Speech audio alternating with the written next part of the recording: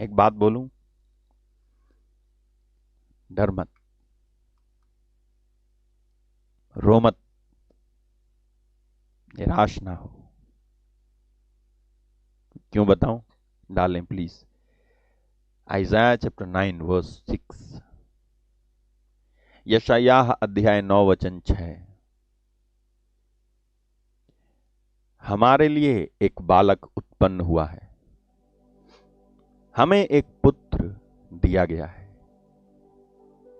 और प्रभुता उसके कांधे पर होगी, और उसका नाम अद्भुत युक्ति करने वाला, पराक्रमी परमेश्वर, अनंत काल का पिता, शांति का राजकुमार रखा जाएगा। ये पुत्र उत्पन्न हुआ है, प्रभुता उसके कांधे पर दे दी गई है। उसका नाम है अद्भुत युक्ति करने वाला। जब आप उसका नाम लेते हो और कहते हो यीशु, तो आप यीशु नाम लेते ही कह रहे हो, हे अद्भुत युक्ति करने वाले, पराक्रमी परमेश्वर, अनंत काल के पिता, शांति के राजकुमार। हालेलुया। जब आप कहते हो यीशु, जब आप पुकारती हो यीशु, जब आप कहते हो यीशु, जब आप उससे पुकारते हो, कहते हो यीशु, भले ही आपको ये आयत नहीं मालूम, लेकिन आप कह रहे हो कि अद्भुत युक्ति करने वाले, पराक्रमी परमेश्वर, अनंत काल के पिता और शांति के राजकुमार। इसमें से सबसे पहली बात आप कह रहे हो उसके नाम को पुकारते ही।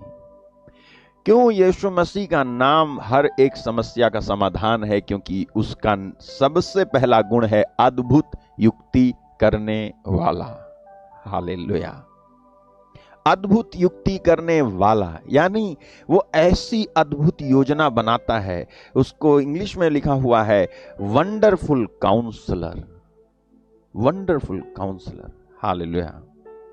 अद्भुत युक्ति करता है। मनुष्य सोच नहीं सकता, वहां से परमेश्वर सोच सकता है।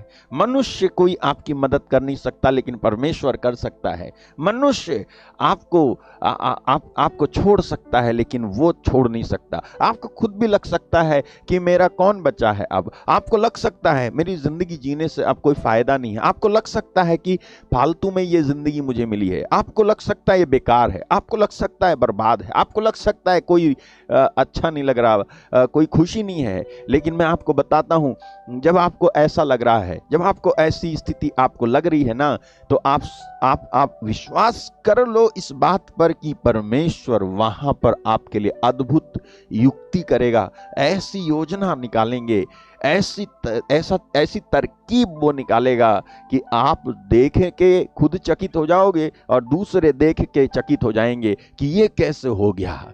हमने तो सोचा था ये फंस जाएगा, हमने तो सोचा था ये खत्म हो जाएगा, हमने तो सोचा था ये भाग जाएगा, लेकिन ये क्या हो गया। हमने तो इसकी बुराई करनी की सोची, लेकिन इसकी तो भलाई हो गई। हमने तो सोचा था यूसुफ जो है गड्ढे में डाल देंगे, कुएं में फेंक देंगे, मर जाएगा तड़प तड़प के, लेकिन ये क्या हुआ। हमने उसे कुएं में से निकाल के बेच दिया। हमने तो सोचा था कि वो तो वहां मिस्र देश में जाकर के बर्बाद हो जाएगा और नौकर बन करके जिंदगी काटेगा। हमने तो ये सोचा था, और हमने तो सोचा था हमने जो बदला लिया है वो पूरा हो गया और सफल हो गया। लेकिन ये क्या हो गया, यूसुफ तो वहां चला जाता है और वहां का राजा बन जाता है। किसने उसको राजा बना दिया? किसने उसके दुर्भाग्य में सौभाग्य की उत्पत्ति कर दी? वही है अद्भुत युक्ति करने वाला, पराक्रमी परमेश्वर, अनंत काल का पिता, शांति का राजकुमार। हालेलुया। क्या आप निराश हो? आप दुखी हो? आप परेशान हो? आपको लग रहा है कि अब क्या होगा? आपका मन डर से भरा हुआ है? Receive it in Jesus name. Receive कर ले, इस वचन को ग्रहण कर ले। परमेश्वर तुझे आजाद कर रहा है, छुटकारा दे रहा है, तेरे डर से तुझे बाहर निकाल रहा है। विश्वास कर। विश्वास करने वाले के लिए सब कुछ हो सकता है। हालेलुया। ओके। आज जब मैं प्रार्थना कर रहा था तो उस परमेश्वर ने मुझसे कहा इनको बता।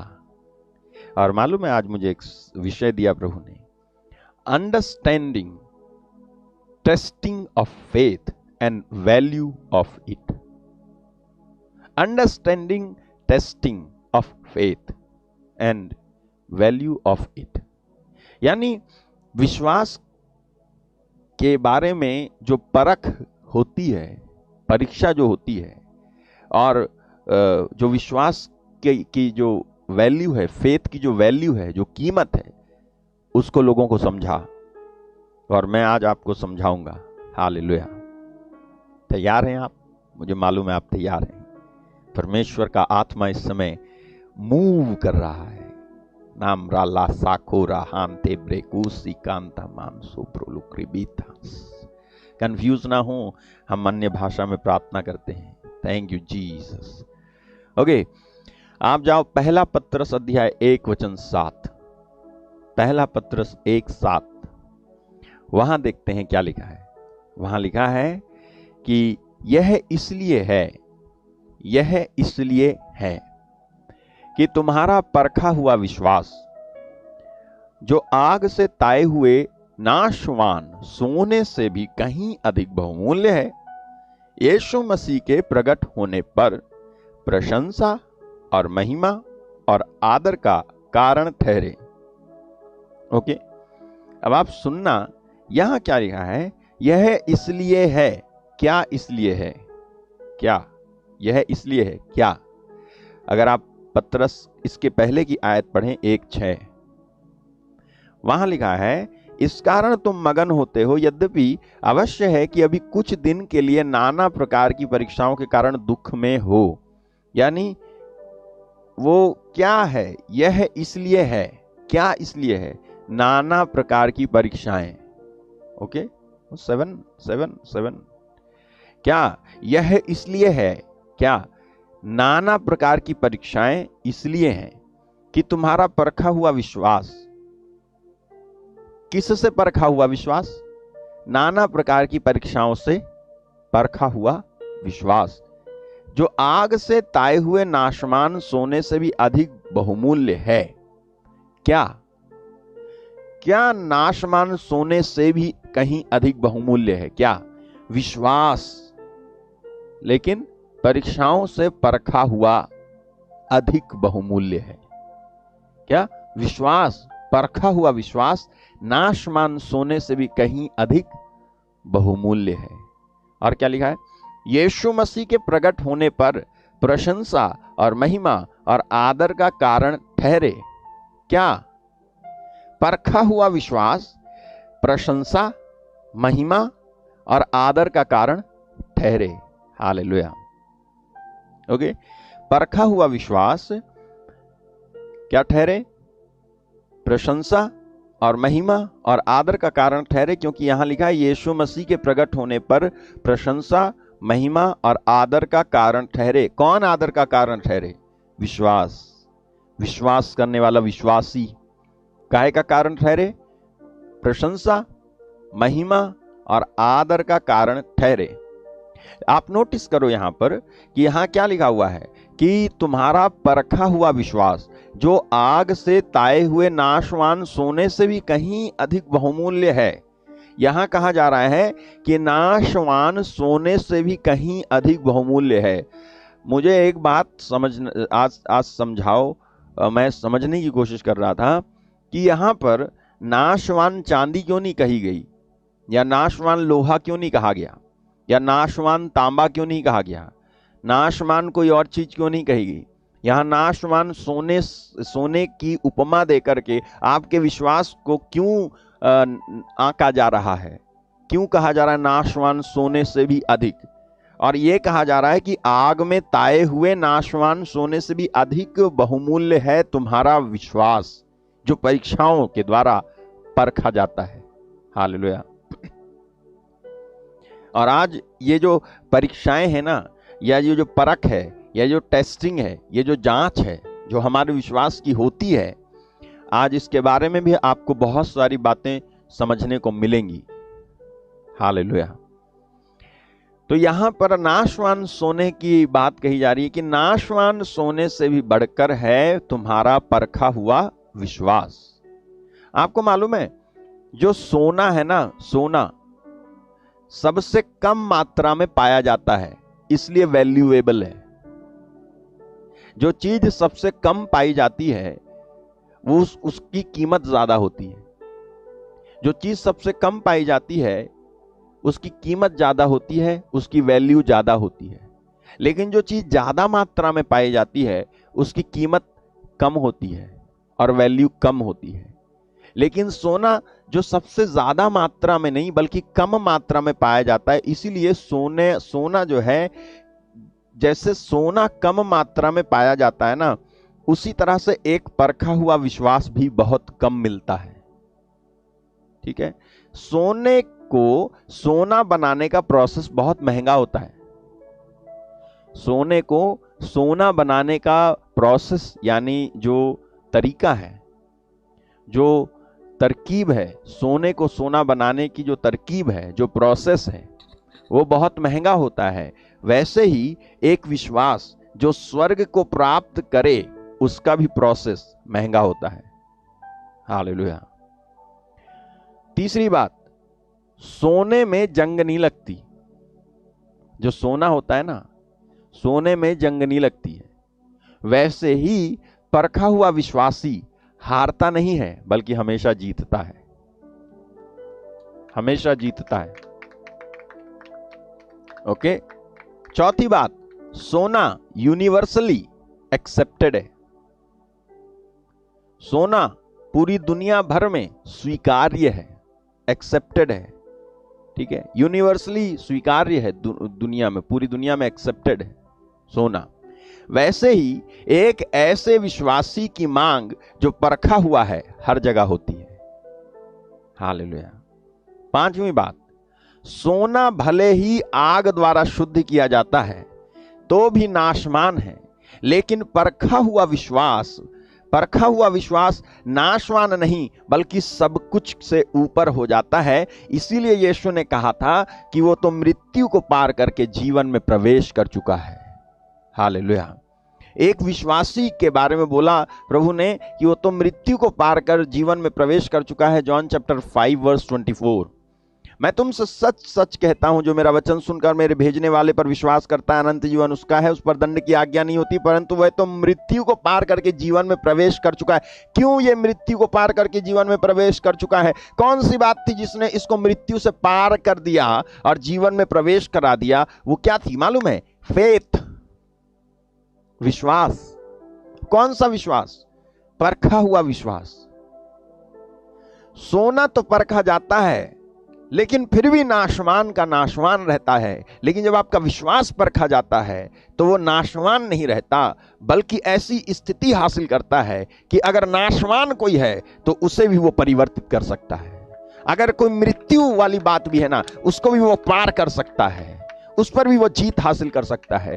एक विश्वासी के पीछे इसीलिए शैतान पूरा कोशिश करके पड़ा रहता है, क्योंकि वो जानता है कि अगर किसी ने ऐसा विश्वास कर लिया जैसा विश्वास करना परमेश्वर अपने बच्चों से चाहता है, तो वो उसके राज्य को धराशाही कर देंगे, गिरा डालेंगे, खत्म कर डालेंगे। हालेलुया। ठीक है, तो value of faith is greater than the value of gold. जो सोने जो विश्वास की वैल्यू है ना, वो सोने की वैल्यू से अधिक है। विश्वास की जो वैल्यू है वो सोने की वैल्यू से बहुत अधिक है। आप जानते हो कि सोना कितना महंगा है, कितनी वैल्यू है सोने की, क्योंकि उसको वो कम मात्रा में मिलता है, क्योंकि उसका प्रोसेस महंगा है, क्योंकि वो कई साल तक रखा जा सकता है, उस पर किसी भी प्रकार के मौसम का असर नहीं होता है। अगर द्रव्य अवस्था में, तरल अवस्था में रखा जाए तो और भी दिनों तक उसको रखा जा सकता है, सोने को। ठीक है, इसी तरह से यहां वचन लिखा हुआ है कि यह इसलिए है कि तुम्हारा परखा हुआ विश्वास जो आग से ताए हुए नाशवान सोने से भी अधिक बहुमूल्य है, यीशु मसीह के प्रकट होने पर प्रशंसा और महिमा और आदर का कारण ठहरे। मैंने आपसे कहा, आपका जो विश्वास है वो सोना चांदी, इस दुनिया की सारी चीजों को आप एक जगह इकट्ठा कर दो। इस दुनिया की सारी चीजें जो वैल्यूएबल हैं, चाहे वो समुद्र में से निकलती हो, या चट्टान में से निकलती हो, या खान में से निकलती हो, जो बहुमूल्य हैं, जिनके रेट बहुत हाई हैं, उनको उठा के एक साइड में रख दो और दूसरी साइड में आपके विश्वास को रख दो, तो पलड़ा आपके विश्वास का ही भारी होगा, क्योंकि आपका विश्वास इन सारी चीजों से भी महान और बढ़कर के है। इसकी वैल्यू बहुत है। ये विश्वास वो है जिसके बारे में बोलते हुए यीशु हिचकिचाए नहीं कि जो मेरा वचन सुन करके मेरे भेजने वाले मेरे पिता पर विश्वास कर लेता है, अनंत जीवन उसका है, उस पर दंड की आज्ञा नहीं होती। ये विश्वास अनंत जीवन और दंड की आज्ञा नहीं होती, ऐसा कर देता है एक व्यक्ति को। और इतना ही नहीं, वो तो मृत्यु को पार करके जीवन में प्रवेश कर लेता है, अगर उसके अंदर ऐसा विश्वास है तो। ठीक है, तो आपका विश्वास ना, आपके विश्वास की वैल्यू इन सारी चीजों की वैल्यू से बढ़कर के है। इसलिए अपने विश्वास का एक्सचेंज किसी चीज से मत करना, अपने विश्वास को किसी और चीज से बदलने की कोशिश मत करना। यही कारण था कि चेलों को मरना पड़ा तो मर गए, लेकिन उन्होंने विश्वास करना नहीं छोड़ा, क्योंकि वो जानते थे विश्वास करना कितना वैल्यूएबल है। हालेलुया। वो विश्वास की वैल्यू समझ रहे थे, विश्वास की कीमत वो समझ रहे थे। आप जरा सोच के देखो कि पौलुस और चेले और बाद में जो हुए, वो सब लोग तमाम प्रकार की परीक्षाओं से होकर के गुजरना पड़ा तो गुजर गए, उनको अपमान सहना पड़ा तो सह लिया, लेकिन उन्होंने विश्वास करना नहीं छोड़ा। क्यों? क्योंकि वो विश्वास की वैल्यू को शायद जान पा रहे थे वो। नहीं तो ऐसे बहुत सारे लोग हुए जिनको उनके विश्वास को छोड़ने का प्रलोभन दिया गया और उनसे कहा गया कि तुम उसमें इधर यीशु मसीह में विश्वास मत करो, तुम इधर आकर विश्वास करो। तुम अगर यीशु को मानोगे तो तुम जो है मार डाले जाओगे, लेकिन यदि तुम यीशु को नहीं मानोगे और मैं जो कहता हूं वो मानोगे तो तुम जीवित रहोगे। हालेलुया। लेकिन उन्होंने क्या करा मालूम है?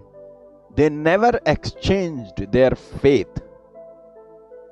उन्होंने अपने विश्वास को बदला नहीं कि हाँ ठीक है, चलो जैसा तुम कहते हो हम वैसा कर लेते हैं। क्यों नहीं बदला आखिर उन्होंने?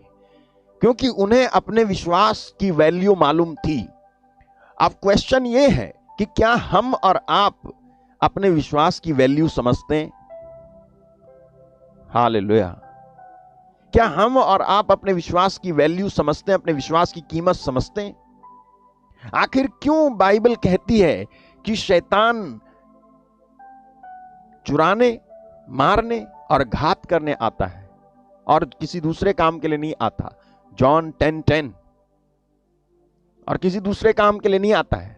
यहां लिखा है, चोर किसी और काम के लिए नहीं परंतु केवल चोरी करने, घात करने, नष्ट करने को आता है। मैं इसलिए आया हूं कि जीवन पाएं, बहुतायत से पाएं। यहां चोर आ रहा है चोरी करने के लिए, केवल चोरी करने, केवल घात करने, नष्ट करने के लिए। तो आखिर ये चोर, शैतान चोरी करने, क्या चोरी करने के लिए आ रहा है? Luke chapter 8 verse 11 and 12। लूका अध्याय 8 वचन 11 और 12। वहां देखो क्या लिखा है। यहां लिखा है, पर बीज परमेश्वर का वचन है। नेक्स्ट, मार्ग के किनारे के वे हैं जिन्होंने सुना, तब शैतान आकर उनके मन से वचन उठा ले जाता है। आखिर क्यों उठा ले जाता है वचन? कि कहीं ऐसा ना हो, कि कहीं ऐसा ना हो, कि कहीं ऐसा ना हो, कि कहीं ऐसा ना हो कि वे विश्वास करके, ओहो हालेलुया, कि वे विश्वास करके उद्धार पाएं। इसीलिए क्या करता है शैतान? चोरी करता है। काहे की? जिससे विश्वास उत्पन्न होता है उसकी। आज शैतान ने लोगों के जीवन से वचन को चुराने की जो कोशिश की है उसमें वो काफी हद तक सफल हुआ है। इसलिए आज लोगों के अंदर विश्वास होने की जगह डर है। हालेलुया। आज लोगों के अंदर विश्वास होने की जगह डर है। वो अपनी मुसीबतों का सामना विश्वास से नहीं कर पा रहे हैं बल्कि डर ने, क्योंकि शैतान आपके विश्वास की मूल वस्तु को चुरा पाने में सक्षम हुआ है। और आपके विश्वास करने की मूल वस्तु थी वचन, उसी में कमजोर हो गए। रखी पड़ी है बाइबल, घर में रखा पड़ा है।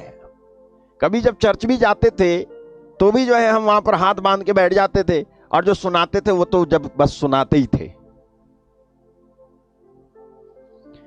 शैतान उन चीजों को करने में सफल हुआ और हमने करने दिया साहब, हमने करने दिया।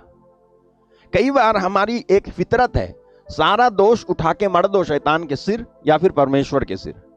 मैं नहीं कह रहा कि शैतान का कोई दोष नहीं है, और मैं ये भी नहीं कहूंगा कि परमेश्वर का कोई दोष है। नहीं, शैतान का तो पक्का दोष है, लेकिन परमेश्वर का कोई भी दोष नहीं है। लेकिन हम लोग शैतान को जो दोषी है उसे नहीं, और कई बार हम उसे दोषी बना करके अपने को नहीं, उसे ही दोषी बना देते हैं और अपनी जिम्मेदारी लेना नहीं चाहते। जबकि हमने करने दिया, हम करने देते हैं कई सारी चीजें, उसको वो करता रहता है। क्योंकि जिस समय हमें जागना चाहिए उस समय हम नहीं जागते, जिस समय वो उपवास करना चाहिए उस समय हमको खाने के लिए बोला जाता है कि खाओ। हालेलुया।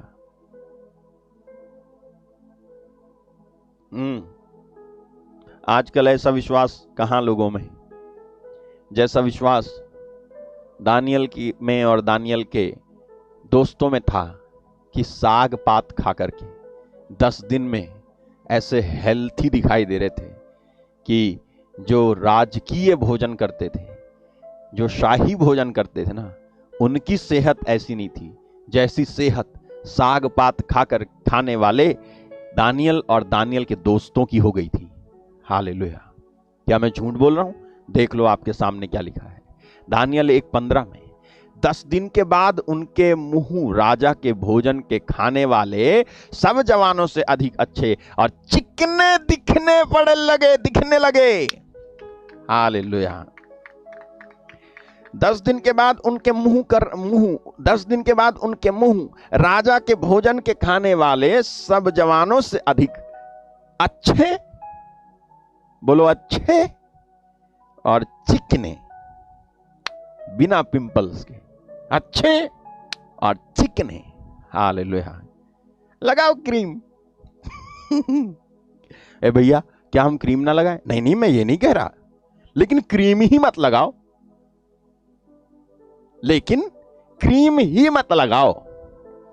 और क्रीम ही लगा करके क्रीम ही तुम्हारे पिंपल्स दूर करेगी, ये मत सोचो, क्योंकि बढ़ भी सकते हैं।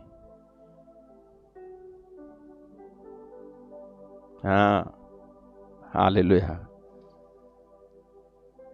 देखो किस चीज ने उनका मुंह चिकना कर दिया? भोजन ने? बिल्कुल भी नहीं। हालेलुया। तो क्या मैं यहां पर यह कहना चाह रहा हूं कि साग पात खाओ और अच्छा खाना मत खाओ? नहीं, बिल्कुल भी नहीं। तो आप कहना क्या चाह रहे हो? मैं कहना यह चाह रहा हूं, जो खाओ और जो करो और जो कहो, जो बोलो, वो सब विश्वास से करो तो अच्छा और चिकना हो जाए। हालेलुया। जो कुछ आप विश्वास से करोगे ना, वो अच्छा और चिकना हो जाएगा। उन्होंने विश्वास के साथ साग पात खाया, तो जो है तारीफ साग पात की नहीं है, तारीफ उनके विश्वास की है। हालेलुया। तारीफ साग पात की नहीं, तारीफ है विश्वास की। हालेलुया। मेरे भाई मेरी बहन, आप जो कुछ करें, बाइबल हिदायत देती है आप विश्वास के साथ करें। Anything that is not by faith is sin. जो कुछ विश्वास से नहीं है वो गुनाह है, वो पाप है। तो क्या विश्वास से पाप करें? बिल्कुल नहीं। तो फिर विश्वास से पाप हो ही नहीं सकता। यहां लिखा है जो कुछ, ये देख लो, जो कुछ विश्वास से नहीं वह पाप है। हालेलुया। तो विश्वास के साथ जब उन्होंने साग पात खाया ना, तो चिकने हो गए, अच्छे हो गए, चिकने हो गए। हालेलुया।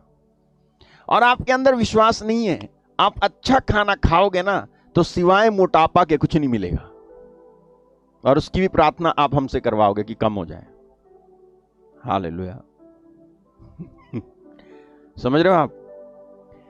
जब आप ना विश्वास के साथ करोगे सब कुछ, तो अच्छा और चिकना हो जाएगा। बोलो, अच्छा और चिकना।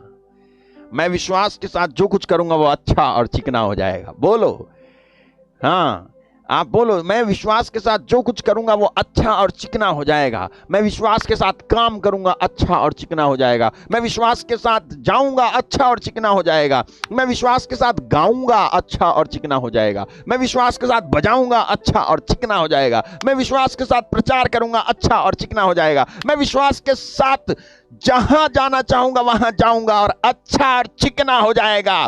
किसी को यह कहने का मौका ही नहीं मिलेगा, यार वो आए थे, आकर के बड़ी गड़बड़ी करके चले गए, क्योंकि मैं विश्वास के साथ गया था। और जब विश्वास के साथ निकलोगे तो अच्छा और चिकना होगा, ना कि कोई बर्बादी होगी। Hallelujah, hallelujah, hallelujah, hallelujah, hallelujah. अच्छा और चिकना हो जाए। मेरी प्रार्थना है आपका जीवन अच्छा और चिकना हो जाए। ए ब्रदर, क्या कर रहे हो आप? अच्छा तो कर रहा हूं। हालेलुया। इन्होंने 10 दिन खाना खाया विश्वास के साथ, और 10 दिन के बाद इनके मुंह राजा के भोजन के खाने वाले सब जवानों से अधिक अच्छे और चिकने दिखाई पड़े। Hallelujah. Okay, so that's the quality of faith. वो है विश्वास की गुणवत्ता। ये इस वाले विश्वास की बात मैं कर रहा हूं। तो ये देखो, ये जो विश्वास है ना, ये वाला विश्वास चाहिए, ये वाला विश्वास मांगता है, ये वाला विश्वास मांगता है परमेश्वर। यही वाला विश्वास तुम्हारे अंदर पैदा कैसे होता मालूम है? सुनने से। हालेलुया। क्या सुनने से? न्यूज ना, न्यूज सुनने से डर पैदा होता आजकल। और क्या?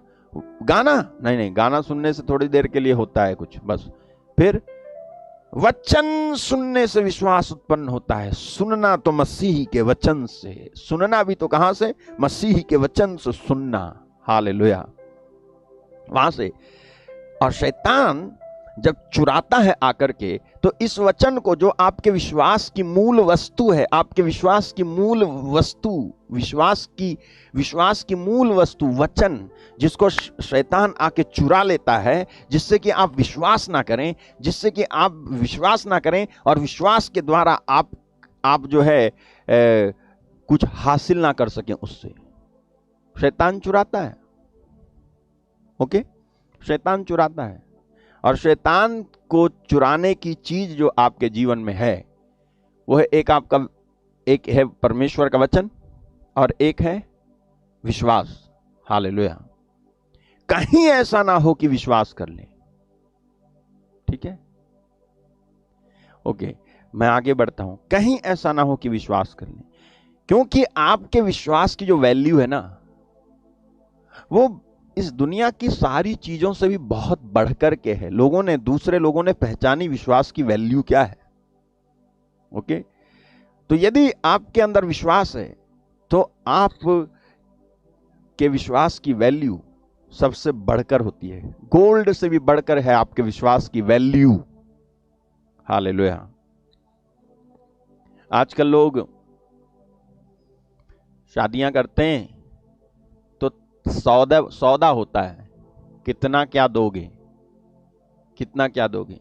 ये नहीं देखा जाता बंदा कितना विश्वासी है, बंदी कितनी विश्वासी है, कितनी प्रार्थना करती है। ये नहीं देखा जाता। ये देखा जाता है कितना सोना लेके आएगी, कितना चांदी लेके आएगी, कितना लाख की करेगा, कितने लाख की करेगी शादी, यही देखा जाता है। और आपको क्या लगता है कि शादी कर दोगे तो उसके बाद ऐसा हो गया जैसे तुमने किसी चीज को फेविक्विक लगा के चिपका दिया है? छूटेगी नहीं कभी। आपने मसीही मूल्यों के अनुसार आपने अगर बढ़ोतरी नहीं की है तो आप देखना कि डाइवोर्स केसेस बढ़ते हुए आप देख रहे हो। हालेलुया। शादी के बाद बच्चे हैं, उसके बाद भी डाइवोर्स। हालेलुया। अलग अलग सिचुएशंस हो सकती है, लेकिन डाइवोर्स। मैं क्या कहना चाह रहा हूं? मैं ये कहना चाह रहा हूं कि हम ये नहीं देखते कि किसके अंदर विश्वास है। हम ये देखते हैं कि कौन कितना धनी है। विश्वास का धनी है ये नहीं देखा जाता, बल्कि ये पैसे का धनी है ये देखा जाता है, और हम धोखा खाते हैं। हालेलुया। आप कहोगे कि हो सकता है, आप कहो कि यार विश्वास से क्या होता है। मैं बता रहा हूं, आपका विश्वास सोने चांदी लोहा लकड़ी कपड़ा लत्ता गाड़ी घोड़ा सोना जो भी रुपया पैसा आप जिसको भी आंको उससे बढ़कर है आपका विश्वास जो आपके अंदर है, जो डेवलप होता है एक प्रोसेस में डेवलप होता है। ओके, तो value of faith is greater than the value of gold, value of anything. Hallelujah. Okay, अब मैं आपको कुछ उदाहरण देने जा रहा हूं, ध्यान से सुनना। याईर जो प्रधानों में से एक था, जिसका जिक्र मार्कुस के सुसमाचार के अध्याय 5 में है। याईर जिसकी बेटी मर गई थी। याईर जो था ना, प्रधानों में से एक था और उसके पास धन था, लेकिन अपने पास के धन से अपनी बेटी की जान ना बचा सका। लेकिन यीशु जिनके पास सर छिपाने की जगह भी नहीं थी, वो बचा सके। याद है आपको? याद है यीशु ने कहा था कि लोमड़ियों की मांदे हैं। लूक चैप्टर 19 है 9 है 958 आसपास होना चाहिए, देखना लूका। यीशु ने कहा कि मेरे लिए सर लोमड़ी की मांदे होती हैं, आकाश के पंछी ये देखो। यीशु ने कहा लोमड़ियों के भट्ट और आकाश के पक्षियों के बसेरे होते हैं, पर मनुष्य के पुत्र को सिर धरने की भी जगह नहीं। हालेलुया। यीशु कहते हैं कि मेरे लिए सिर धरने की जगह नहीं है। आपको मालूम है यीशु का अपना कोई घर नहीं था, कोई स्थायी घर नहीं था इस धरती पर। सिर धरने की भी जगह नहीं थी उनको। ऐसा वो बोल रहे हैं कि लोमड़ी की तो गुफाएं होती हैं और मांदे होती हैं, लेकिन और पक्षियों के लिए घोंसले होते हैं, लेकिन मेरे लिए सिर रखने की भी जगह नहीं है। एक ऐसा व्यक्ति यीशु मसीह जो परमेश्वर के पुत्र हैं इस धरती पर, जिसको उन्होंने खुद बनाया है, उनके लिए सिर रखने की जगह नहीं थी। हालेलुया। तो इसका मतलब क्या है? वो ये कहना चाह रहे हैं कि मैं गरीब हूं? बिल्कुल भी नहीं। क्या वो ये कहना चाह रहे थे कि मुझे जो जो जो जो जरूरत होती है वो मिलती नहीं है चीज? बिल्कुल भी नहीं। क्या वो ये कहना चाह रहे थे कि मुझ पे दया कर दो भाई? बिल्कुल भी नहीं। क्या वो ये कहना चाह रहे थे कि मैं पॉवर्टी में जिया हूं, तुम भी पॉवर्टी में जीना?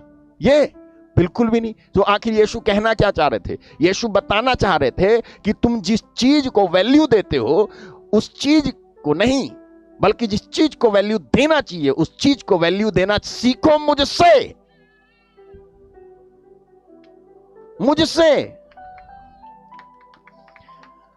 पहले जिस चीज को वैल्यू देनी चाहिए उस चीज को नहीं, बल्कि जिस चीज को वैल्यू नहीं देनी चाहिए उसी चीज को तुम वैल्यू देते हो, उसी चीज को तुम इंपॉर्टेंस देते हो, उसी चीज को तुम महत्वपूर्ण समझते हो। तुम विश्वास वाली बात को महत्वपूर्ण नहीं समझते। तुम समझते हो कि मेरे को एक घर होना चाहिए, तुम समझते हो मेरे को एक नौकरी होनी चाहिए, तुम समझते हो मेरे को एक बीवी होनी चाहिए, तुम समझते हो मेरा एक फ्लैट होना चाहिए, फिर तुम समझते हो मेरा दूसरा भी होना चाहिए, फिर तुम समझते हो मेरा तीसरा भी होना चाहिए, फिर तुम समझते हो कि सब जगह मेरे लिए एक एक एक एक एक, एक वो होना चाहिए स्टेशन। तो क्या ये गलत है? ऐसा सोचना गलत है क्या? नहीं, ऐसा सोचना गलत नहीं है। तो फिर आप क्या कहना चाह रहे हो? मैं ये कहना चाह रहा हूं ऐसा ही सोचना गलत है। हालेलुया। केवल ऐसा ही सोचना गलत है। दूसरी तरफ तो ध्यान नहीं, जिस चीज को इंपॉर्टेंस देना चाहिए उस चीज को इंपॉर्टेंस नहीं दी जा रही है। फेथ वाली बात को इंपॉर्टेंस नहीं दी जा रही है, विश्वास वाली बात को इंपॉर्टेंस नहीं दी जा रही है।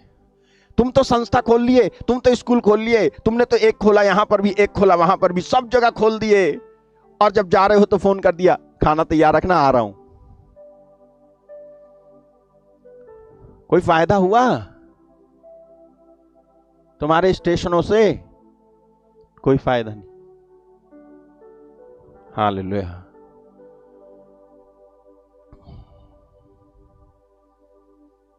यीशु मसीह कह रहे थे कि मेरे पास ना सर रखने की जगह नहीं है, लेकिन मैं देखो कि कितना सामर्थी हूं। हालेलुया। मेरे पास सिर रखने की जगह नहीं है, इसका मतलब यह नहीं कि मैं गरीब हूं। मैं तुम्हें दिखाता हूं, मैं तुम्हें बताता हूं कि अमीरी किसे कहते हैं। मैं तुम्हें बताता हूं किस चीज में तुमको रिच होना चाहिए। मैं तुमको बताता हूं किस चीज में तुमको फ्लरिश होना चाहिए। सबसे पहले मेरे क्या लिखा है वचन में, जैसे तू आत्मिक उन्नति कर रहा है 3 जॉन में, वैसे ही सब बातों में उन्नति करे और स्वस्थ रहे और चंगा रहे और भला चंगा रहे। देखो मेरी यह प्रार्थना है, 3 जॉन 1:2, मेरी यह प्रार्थना है, I wish above all things that thou mayest prosper and be in health even as thy soul prospereth। मेरी यह प्रार्थना है कि जैसे तू आत्मिक उन्नति कर रहा है वैसे ही तू सब बातों में उन्नति करे और भला चंगा रहे। हालेलुया। यीशु मसीह ने जब कहा कि लोमड़ियों के तो भट्ट हैं, लोमड़ियों की मांद है और आकाश की पंछियों के लिए घोंसले हैं, लेकिन मेरे लिए सर रखने की जगह नहीं है, ये उनका ऐसा सेंटेंस नहीं था जो जिससे आप समझो कि हाय रे मेरा यीशु। समझ रहे हो? हाँ, मेरा यीशु गरीब था, आज मैं भी गरीब हूं, कोई बात नहीं प्रभु, आप भी गरीब थे। आप गलत समझ गए। मैंने कहा आप गलत समझ गए। नहीं, मैंने कहा आप गलत समझ गए। बल्कि यीशु मसीह ये दिखाना चाह रहे थे कि तुम लोग जो मेरे पीछे आने को तैयार हो, तुमको उसी तरह से चलना होगा जिस तरह से मैं चलता हूं। और आप देखो, जिसके पास सर रखने को जगह नहीं थी, उसकी मुलाकात एक ऐसे यहूदी से होती है जो आराधनालय का मुख्य प्रधान था, जिसका नाम है याईर। हालेलुया। मार्क चैप्टर 5 में जब उससे मुलाकात होती है, वो व्यक्ति आके यीशु के चरणों में गिरता है। 22 वर्स 22। याईर नाम आराधनालय के सरदारों में से एक आया और उसे देखकर उसके पांवों पर गिरा। कौन था मालूम है? ये यहूदी। ये यहूदी था। याईर नाम आराधनालय के सरदारों में से एक आया और वो उसे देखकर उसके पांवों में, यीशु को देखकर उसके पांवों में गिरा। किसके पांवों में गिरा? जिसको सर रखने की जगह नहीं है, उसके पांवों में गिरा। अब 35वां वाक्य डालें, 35। वह यह कह ही रहा था, 35 में लिखा है, वह यह कह ही रहा था कि आराधनालय के सरदार के घर से लोगों ने आकर कहा कि तेरी बेटी तो मर गई है, अब गुरु को क्यों दुख देता है। आपको मैं समझाना चाह रहा हूं कि value of faith is greater than the value of anything in this world. Faith की वैल्यू जो है, अ फेथ दैट इज टेस्टेड। और ये टेस्टिंग का जो अर्थ है ना, मीनिंग, ठीक है, वो आपको मैं समझाऊंगा, क्योंकि हम में से बहुत सारे लोग, यू शुड, मैंने लिखा है क्या, you should give the right meaning of faith testing. बताऊंगा आपको। हालेलुया। आपको जब फेथ टेस्ट होता है ना, तो राइट मीनिंग देना चाहिए। बताऊंगा उसके बारे में। ओके, तो यहां पर ये सरदार आता है, ये आराधनालय के सरदारों में से एक आता है, और 35वें वाक्य में आप देखते हो कि वो कह ही रहा था कि आराधनालय के सरदारों के सरदार के घर से लोगों ने आकर कहा तेरी बेटी मर गई है, गुरु को दुख मत दे। अब क्यों परेशान कर रहा है? 36, जो बात वे कह रहे थे उसको यीशु ने अनसुनी करके आराधनालय के सरदार से कहा, मत डर, केवल विश्वास रख। हालेलुया। मत डर, केवल विश्वास रख। रिस्क 1। हालेलुया। रिस्क 1, सबसे पहला खतरा मोल लेते हैं यीशु मसीह यहां पे।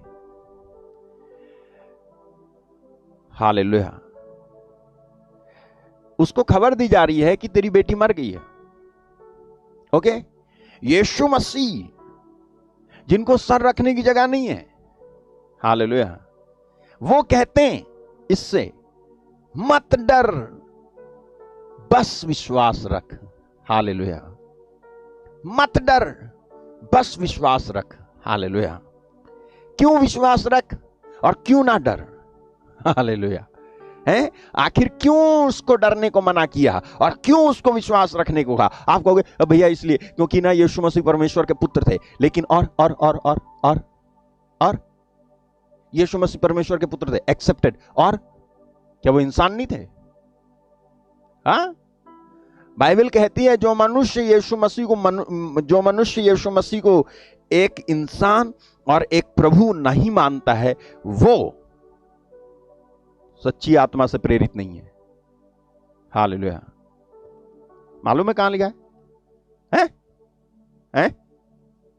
मैं बताता हूं ना, 1 जॉन चैप्टर 4:1। हालेलुया। 1 यूहन्ना अध्याय 4:1 से लिखा है, हे प्रियो, हर एक आत्मा की प्रतीति ना करो, वरन आत्माओं को परखो कि परमेश्वर की ओर से है कि नहीं, क्योंकि बहुत से झूठे भविष्यवक्ता निकल आए। आगे, परमेश्वर का आत्मा तुम इस रीति से पहचान सकते हो, जो आत्मा मान लेती है कि यीशु मसीह शरीर में होकर के आया, वह परमेश्वर की ओर से है। यानी जो ये एक्सेप्ट करता है कि यीशु मसीह शरीर में आए और यीशु मसीह परमेश्वर के पुत्र भी हैं, वो आत्मा परमेश्वर की ओर से है। हालेलुया। आई बात समझ में? तो यहां पर यीशु मसीह कह रहे हैं, मत डर, केवल विश्वास रख। और आप हो सकता है कहो कि इसलिए कहा उन्होंने क्योंकि वो परमेश्वर के पुत्र थे। नहीं, मैंने आपको छोटी सी बात समझाई। ये तो सच है, वो परमेश्वर के पुत्र थे, लेकिन एक मनुष्य भी थे। ओके, मैं आपको एक वचन में लिए चलता हूं। आप जाओ हिब्रू चैप्टर 4:15 और आप देखो वहां क्या लिखा हुआ है। हिब्रू 4:15, हमारा ऐसा महायाजक नहीं जो हमारी निर्बलताओं में हमारे साथ दुखी ना हो सके, वरन वह सब बातों में हमारे समान परखा तो गया, तो भी निष्पाप निकला। इसका मतलब क्या निकालेंगे हम? यीशु मसीह हमारे ही समान सब बातों में हमारे समान परखे गए, तो भी निष्पाप निकले। यीशु मसीह हमारे समान सब बातों में परखे गए। तो हम अगर कहें कि यीशु मसीह ने रिस्क नहीं लिया ऐसा कह के, तो हम गलत कहेंगे। यीशु मसीह ने ऐसा कह के उतना ही रिस्क लिया जितना एक प्रचारक किसी को ये कह देता है कि तुम ठीक हो जाओगे। राइट है? जब कोई फोन करता है, ब्रदर प्रार्थना करो, लास्ट ब्रेथ चल रही है, तब जो है मैं कह देता हूं कि विश्वास रख। तो मैंने क्या करा? रिस्क ले लिया है। मैंने रिस्क क्यों ले लिया? क्योंकि अगर वो नहीं बचा तो हालेलुया, वो बचेगा, ये तभी तय है जब तू डरे ना। आप नहीं कह सकते किसी से कि मत डरो जब तक कि आप खुद डरना बंद ना करो। आपके अंदर खुद के अंदर डर की थोड़ी सी भी अंश मात्रा भी है ना, तो आप दूसरे से कहोगे। दूसरे से कहते समय आप जो है, या दूसरे के लिए प्रार्थना करते समय आपके अंदर डर जरूर आएगा। आप डरोगे जरूर, पक्का डरोगे। हालेलुया। और आपके डर के जो जो वो होंगे ना एक्सप्लेनेशन अलग अलग होते हैं, है ना। आपके डर के, आप अपने डर को एक्सप्लेन करते हो, बड़े अच्छे शब्दों में एक्सप्लेन करते हो, नहीं नहीं मैंने ऐसे समझा, नहीं नहीं मैं ऐसे समझा, मैं नहीं मैंने ऐसे समझा था, देखो ऐसे नहीं होता है, वो बात ऐसी थी। आप उसको दूसरा मीनिंग दे देते हो अपने डर को, आपका डर था वो, आपका डर। यीशु मसीह जिनको सिर रखने की जगह नहीं थी ना, उनके अंदर ऐसा विश्वास था, ऐसे विश्वास से भरे हुए थे कि उनके अंदर डर नाम की कोई चीज नहीं थी। इसलिए ये वाला जो रिस्क नंबर 1 है वो ये कह के ले लेते हैं, डर मत, विश्वास रख। ओके, आगे बढ़ते हैं हम 38 में। और आराधनालय के सरदार के घर में पहुंचकर उसने लोगों को बहुत रोते और चिल्लाते देखा। तब उसने भीतर जाकर उससे कहा, तुम क्यों हल्ला मचाते और रोते हो? लड़की मरी नहीं परंतु सो रही है। Risk number 2। हालेलुया। दूसरा खतरा ले लिया यहां पर यीशु मसीह ने। कहा क्या थे वो जो है रो रहे थे, सारे के सारे हल्ला मचा रहे थे, रो रहे थे। और यीशु मसीह उन रोने वालों से, can you imagine that scene? क्या आप कल्पना कर सकते हो उस सीन की? तो मतलब आप होते तो क्या करते, अशोक होता तो क्या करता? क्या मैं कह सकता था उनसे कि लड़की मरी नहीं है, लड़की सो रही है, और उसके बाद जो हुआ उसके लिए भी क्या मैं तैयार होता है? सारे लोग भरे हुए वहां पे, हाय मर गई, ये हो रहा है। आप वहां पे कहोगे जाकर के लड़की मरी नहीं सो रही है, लेकिन यीशु मसीह ने जाकर के कहा, हालेलुया, हिम्मत रखना सीखना है तो उससे सीख ले। हिम्मत रखना कैसे होता है उससे सीख ले। वो केवल कहते नहीं थे कि हिम्मत मत हार, वो खुद भी दिखाते थे कि मैं हिम्मत वाला हूं। वो यीशु कहते नहीं थे हिम्मत मत हार, यीशु कहते नहीं थे कि प्रार्थना कर और खुद ना करें। यीशु प्रार्थना करते थे और करके दिखाते थे, ऐसे प्रार्थना करते हैं। यीशु कहते नहीं थे कि माफ कर, यीशु मसीह ने माफ करके दिखाया और कहा माफ कर। हिम्मत रखना सीख, उससे सीखना है तो उससे सीख, वो तुझे सही में, वो है तेरा असली trainer. Learn from me, he said. Matthew chapter 11 verse 28 में और 29 में, लर्न फ्रॉम मी। उसने कहा मुझसे सीख, कुछ सीखना है मुझसे सीख। ओके, मैं वापस आ जाता हूं, तब तक आप वो वचन देख लो, मैं वापस आ जाता हूं। यीशु मसीह यहां पे दूसरा खतरा ले लेते हैं मूल, ठीक है। अब देखो क्या होता है, 40 वर्स 40। वे उसकी हंसी करने लगे, परंतु उसने सबको निकालकर लड़की के माता पिता और अपने साथियों को लेकर भीतर जहां लड़की पड़ी थी गया। रिस्क नंबर 3, यानी तीसरा खतरा मोल ले लिया उन्होंने। How he managed fear of this, that if girl does not live after prayer. समझ में आपको रिस्क नंबर 3 ये था। आप देखो कि यीशु मसीह ने कैसे इस डर को मैनेज किया कि अगर मैंने प्रार्थना की और ये लड़की जिंदा ना हुई तो, मैंने तो ये कह करके इनको निकाल दिया बाहर कि लड़की मरी नहीं सो रही है, और सचमुच में मेरी प्रार्थना के बाद जिंदा ना हुई तो, कैसे इस चीज को उन्होंने मैनेज किया। हालेलुया। सोच के देखो आप, ये कितनी बड़ी बात है। हमें यीशु मसीह से सीखना चाहिए कि किस तरह से हमें आगे बढ़ना है, किस तरह से जाना चाहिए। मैं आपको बताऊंगा कि कैसे उन्होंने मैनेज किया। वो क्या सोच रहे थे जो आज हम नहीं सोच रहे। वो किस तरह के माइंड सेट वाले थे कि आज हम नहीं हैं। मैं इसमें पवित्र आत्मा को बिल्कुल भी अलग नहीं करूंगा कि मैं आपको केवल ऐसी ऐसी बातें बताऊं और ये ना बोलूं कि ये सब पवित्र आत्मा की मदद से हो रहा था। 41, 42। और लड़की का हाथ पकड़ करके उससे कहा, तालीता कुमी, जिसका अर्थ यह है कि हे लड़की, मैं तुझसे कहता हूं, उठ। 42वां, और लड़की तुरंत उठकर चलने फिरने लगी। वह 12 वर्ष की थी और इस पर लोग बहुत चकित हो गए। कौन चकित हो गए? लोग। वो लोग कौन थे? वही रोने वाले लोग बहुत चकित हो गए। हालेलुया। कैसे मैनेज किया? क्यों उन्होंने ये तीनों रिस्क लिए? जानते हो कैसे? क्योंकि वो जो थे ना, उस विश्वास से भरे हुए थे, जिस विश्वास की चर्चा पहला पत्रस 1:7 में ये कहते हुए करता है कि आपका परखा हुआ विश्वास, जो आग से ताए हुए नाशमान सोने से भी कहीं अधिक मूल्यवान है, यीशु मसीह के प्रकट होने पर प्रशंसा, महिमा और आदर का कारण ठहरे। इस वाले विश्वास से भरे हुए थे यीशु मसीह एक परखे हुए विश्वास से भरे हुए थे।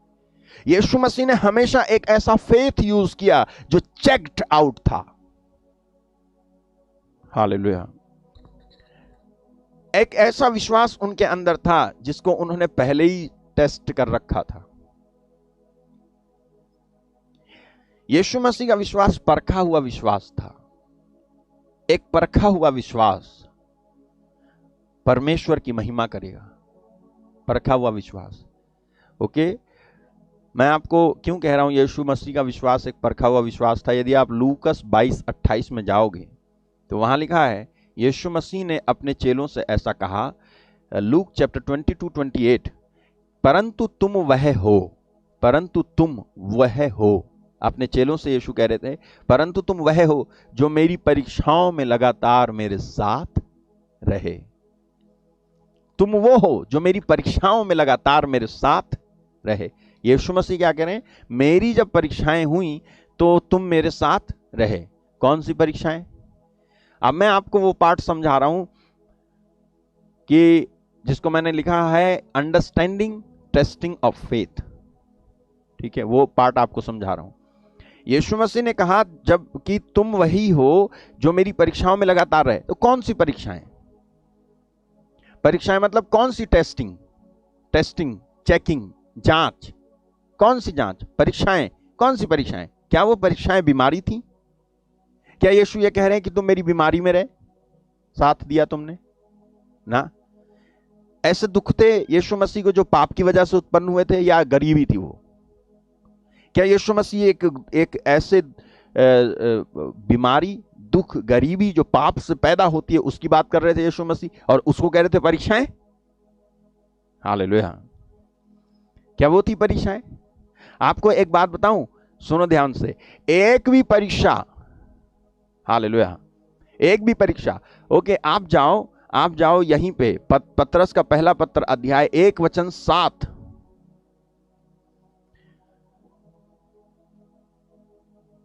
पहला पतरस अध्याय 1:7, यहां देखो लिखा है, यह इसलिए है कि तुम्हारा परखा हुआ विश्वास, जो आग से ताए हुए नाशमान से सोने से कहीं अधिक बहुमूल्य। ओके, इसका पहला वाला वचन डालना जरा, 1:6 देखो वहां पर क्या लिखा हुआ है। Thank you Jesus, hallelujah. Okay, इस प्रकार तुम मगन होते हो, यद्यपि अवश्य है कि अभी कुछ दिनों के लिए नाना प्रकार की परीक्षाओं के कारण दुख में हो। ये नाना प्रकार की जो परीक्षाएं हैं, ये आती कहां से? देखो, इस वचन में कहीं से भी ये नहीं लिखा, कहीं से कहीं तक, कि ये नाना प्रकार की परीक्षाएं परमेश्वर भेजता है। ठीक है, कहीं लिखा है? अरे बताओ, कहीं लिखा है यहां कि परमेश्वर कि इस कारण तुम मगन होते हो, यद्यपि अवश्य है अभी कुछ दिनों के लिए नाना प्रकार की परीक्षाओं के कारण दुख में हो? या ये ऐसा कहीं लिखा है यहां पर कि अभी कुछ दिनों के लिए परमेश्वर के द्वारा भेजी गई नाना प्रकार की परीक्षाओं के कारण दुख में हो? परीक्षा तो है, लेकिन ये परीक्षाएं, ये जो नाना प्रकार की परीक्षाएं, ये परमेश्वर की ओर से भेजी हुई नहीं है। ओके, आप जाओ याकूब 1:2 में। हालेलुया। जेम्स चैप्टर 1:2, हे मेरे भाइयों, जब तुम नाना प्रकार की परीक्षाओं में पड़ो, तीसरा वचन आप कभी नहीं समझे होंगे, आप समझो आज। जब तुम नाना प्रकार की परीक्षाओं में पड़ो, यह जानकर कि तुम्हारे विश्वास के परखे जाने से धीरज उत्पन्न होता है। धीरज को अपना पूरा काम करने दो कि तुम पूरे सिद्ध हो जाओ और तुम में किसी बात की घटी ना रहे। पर यदि तुम में से, ठीक है, किसी बात की घटी ना रहे, हालेलुया। तो यहां लिखा है जब तुम नाना प्रकार की परीक्षाओं में पढ़ो, तो इसको कितने आनंद की बात समझो? पूरे आनंद की बात समझो। इसलिए क्योंकि तुम परीक्षा में पड़ गए। हालेलुया। आपको मालूम है कि आप एक प्रार्थना करते हो, हे हमारे पिता तू जो स्वर्ग में, उसमें क्या कहते हो बोलते बोलते? इंग्लिश हो या हिंदी हो, क्या कहते हो आप? हमें परीक्षा में ना डाल। कहीं इसका मतलब ये तो नहीं कि वो परीक्षा में डालता है इसलिए आप कहते हो प्रार्थना में कि हमें परीक्षा में ना डाल? मुझे बताओ आप, क्या आप इसलिए प्रार्थना करते हो क्योंकि वो परीक्षा में डालता है इसलिए आप प्रार्थना करते करते कहते हो हमें परीक्षा में ना डाल? कहीं इसका मतलब ये तो नहीं है? क्या आप ये कहोगे कि परमेश्वर परीक्षा में डालता है? अगर परमेश्वर परीक्षा में नहीं डालता है तो फिर यहां पर यह क्यों कहा जा रहा है कि इसको पूरे आनंद की बात समझो जब तुम परीक्षा में पढ़ो? हालेलुया। आई बात समझ में? जब तुम परीक्षा में पढ़ो तो इसे पूरे आनंद की बात समझो। इसलिए नहीं कि परमेश्वर ने परीक्षा में डाला है, बल्कि इसलिए कि जब तुम परीक्षा में पढ़ ही गए हो तो परमेश्वर उस परीक्षा में से तुम्हारे लिए ऐसी भलाई निकालेगा कि शैतान जो है अपना सर पीटता घूमेगा। इसलिए आनंद की बात समझो अगर तुम परीक्षा में पड़ गए तो। और आपको आज एक सच्चाई बताता हूं इस परीक्षाओं के बारे में, वो ये कि एक भी परीक्षा जिसमें यीशु मसीह पढ़े थे खुद और जिसमें चेले पढ़े थे, एक भी परीक्षा, और परीक्षा मतलब क्या? टेम्पटेशंस और टेस्टिंग है। चाहे टेस्टिंग हो या टेम्पटेशन हो, दोनों अलग अलग हैं, मैं जानता हूं, लेकिन दोनों ही, एक भी जिसमें यीशु मसीह पढ़े थे, ओके, और जिसमें चेले पढ़े थे, यीशु मसीह के चेले पढ़े थे जिन परीक्षाओं में, उसमें से एक भी परीक्षा परमेश्वर ने नहीं भेजी थी। परमेश्वर ने नहीं भेजी थी, बल्कि शैतान की ओर से थी। शैतान की ओर से थी। आप प्रूफ चाहिए आपको? मैं एग्जाम्पल 1 एग्जाम्पल 2 देता हूं, दो उदाहरण देता हूं। मार्क चैप्टर 4 में जाएं, वर्स 35 से 40 तक मैं आपको दिखाता हूं। वहां पर यीशु मसीह गैरासा के अबदूतग्रस्त को चंगा करने के लिए जा रहे थे जब, तो जाने से पहले रास्ते में क्या हुआ था वो देखना क्या हुआ कि लिखा है। उस दिन जब सांझ हुई तो उसने चेलों से कहा आओ हम उस पार चलें। आगे, वे भीड़ को छोड़कर जैसा वह था वैसे ही उसे नाव पर साथ ले चले। उसके साथ और भी नावें थीं। आगे, तब बड़ी आंधी आई और लहरें नाव पर यहां तक लगीं कि वह पानी से भरी जाती थी। वह आप पिछले भाग में गद्दी पर सो रहा था और उन्होंने उसे जगाकर उससे कहा, हे गुरु, क्या तुझे चिंता नहीं कि हम नष्ट हुए जाते हैं? आगे, तब उसने उठकर आंधी को डांटा और पानी को कहा, शांत रहे, थम जा। और आंधी थम गई और बड़ा चैन हो गया। अब और उनसे बस ठीक है, क्या हो गई? शांत हो गई, आंधी शांत हो गई और जो पानी था वो थम गया। क्या कहा प्रभु यीशु ने? आंधी को डांटा, आंधी को डांटा, पानी से कहा शांत रहे, थम जा। आंधी थम गई और बड़ा चैन हो गया। आप मुझे बताओ, ये जो आंधी तूफान आया था, ये परमेश्वर ने भेजा था अपने पुत्र के अगेंस्ट में, और ऐसा आंधी पानी भेजा कि नाव भरी जा रही थी और चेलों को कहना पड़ा कि हम नाश हो रहे हैं, हम नष्ट हो रहे हैं। अगर ये आंधी पानी परमेश्वर ने भेजा था तो यीशु मसीह ने डांटा, अगर तो यीशु मसीह ने परमेश्वर के काम को डांट दिया? फिर तो नहीं, यीशु मसीह के काम को नहीं डांटा यीशु मसीह ने, सॉरी, परमेश्वर के काम को नहीं डांटा यीशु मसीह ने, बल्कि शैतान के काम को डांटा। ये ऐसे डांटा जैसे यीशु मसीह दुष्ट आत्माओं को डांट देते थे। ये आंधी और तूफान परमेश्वर का काम नहीं था, बल्कि ये आंधी और तूफान शैतान का काम था। शैतान का अटेम्प्ट था कि यीशु मसीह उस गैरासा के अपदूत ग्रस्त को ठीक ना कर सकें, बल्कि यहीं पे मैं उनको डुबो दूं। अगर परमेश्वर की ओर से आंधी तूफान भेजा हुआ था, तो फिर परमेश्वर की ओर से परीक्षा भेजी जाती है, दी जाती है। लेकिन ये वाली चीज जो थी, ये परमेश्वर की ओर से नहीं थी, बल्कि शैतान की ओर से थी। ये शैतान की ओर से थी, ये इसलिए साबित हो रहा है क्योंकि यीशु मसीह ने इसको ऐसे नहीं कहा कि प्लीज शांत हो जाओ, हे पिता इसको शांत करो। यीशु मसीह ने कहा शांत हो जा, हालेलुया, थम जा। दूसरे शब्दों में तुझे किसने परेशान, यानी तुझको किसने आंदोलित किया है, तुझको किसने हिलाया है, इतना पानी तू हिल क्यों रहा है। हालेलुया। तो ये शैतान था जिसने यीशु मसीह को इस वाली प्रॉब्लम में डाला था। ओके, अब इस वाली प्रॉब्लम में अगर डाला था, तो यीशु मसीह इसके पास विकल्प था कि वो इस चीज को कहते कि इसको मीनिंग दे देते और कहते कि ये मेरी परीक्षा है, ये मेरी परीक्षा है और परमेश्वर मेरी परीक्षा ले रहा है। तो रॉन्ग मीनिंग दे देते अपनी इस टेस्टिंग को, फेथ टेस्टिंग को रॉन्ग मीनिंग दे देते। ये फेथ टेस्टिंग जो है ना, परमेश्वर की ओर से नहीं थी, ये शैतान की ओर से थी। और इसलिए यीशु मसीह ने जब डांटा तो ये आंधी तूफान थम गया, उसी समय थम गया। आपको मालूम है, उसी समय, कुछ देर नहीं लगी, उसी समय ऐसे जैसे उछल रहा था और यीशु ने कहा और शांत। ये शैतान की ओर से था।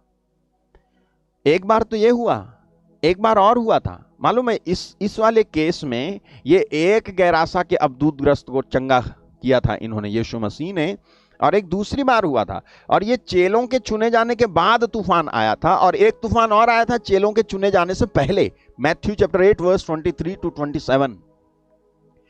और यहां पर दो अबदूतग्रस्त थे जिसको यीशु मसीह ठीक करने के लिए जा रहे थे, और गैरासा नहीं जा रहे थे बल्कि कफरनाहूम के सामने गए थे।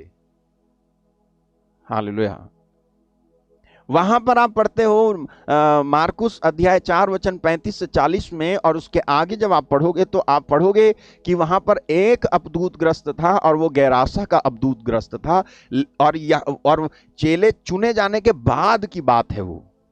लेकिन यहां पर आप पढ़ोगे मत्ती 10 में चेले चुने गए हैं, मत्ती 8 में चुने जाने से पहले, चेलों के चुने जाने से पहले दो अबदूतग्रस्तों को जब यीशु मसीह ठीक करने जा रहे थे तब तूफान भेजा था। फिर से शैतान ने तूफान भेज दिया था। 8 चैप्टर 23 27। जब नाव पर चढ़ा तो उसके चेले उसके पीछे हो लिए। देखो, झील में एक ऐसा बड़ा तूफान उठा कि नाव लहरों से ढकने लगी, सो रहा था। वहां पर भी यीशु सो रहे थे। आप कहोगे एक घटना, ये एक घटना नहीं है, क्योंकि इधर दो अबदूतग्रस्तों को चंगा किया यीशु मसीह ने कफरनाहूम में, और उधर एक ही अबदूतग्रस्त को चंगा किया यीशु मसीह ने गैरासा में। इधर यीशु मसीह ने जब चंगा किया तब चेले चुने नहीं गए थे, उधर जब चंगा किया था तो चेले चुने जा चुके थे। यहां लिखा है, तब चेलों ने पास आकर उसे जगाया, कहा प्रभु हमें बचा, हम नष्ट हुए जाते हैं। आपको सिमिलैरिटी लगेगी, लेकिन ये सेम घटना नहीं है। उसने उससे कहा, हे अल्पविश्वासियों क्यों डरते हो। उसने उठकर आंधी और पानी को डांटा, सब शांत हो गया। नेक्स्ट, वे अचंभा करने लगे, एक ऐसा मनुष्य आंधी और तूफान को पानी को आज्ञा देता और मानते हैं। हालेलुया, मानते हैं। Thank you Jesus.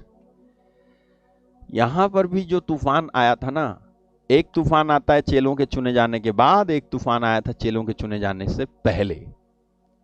दोनों ही तूफान परमेश्वर की ओर से नहीं भेजे गए थे।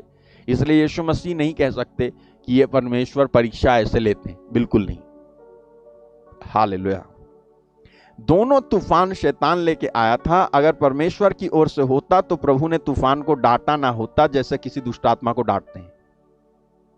समझ रहे हो?